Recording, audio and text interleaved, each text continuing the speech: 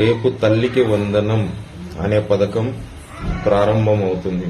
మీ అందరికీ తెలుసు కదా, ఆంధ్రప్రదేశ్ రాష్ట్ర చరిత్రలోనే కూటమి ప్రభుత్వం ఇచ్చిన మరొక హామీ నెరవేర్చకపోయే దినం రేపు.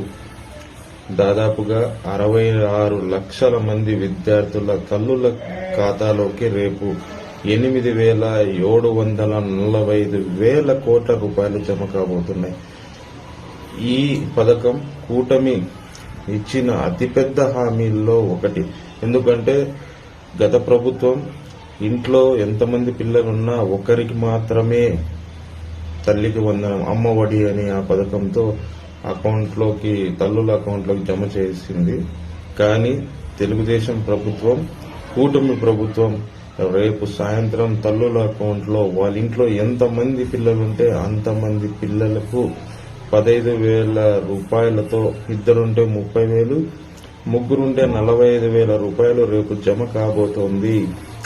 నీకు 15,000, నీకు 15,000, నీకు 15,000. ఈ హామీ నెరవేర్చుకున్నాం. ఖచ్చితంగా సూపర్ 6 పథకాల్లో ఉండే ప్రతి ఒక్క పథకం నెరవేర్చే వచ్చే ఎలక్షన్లో ఓటుకే దమ్ము మాకుంది.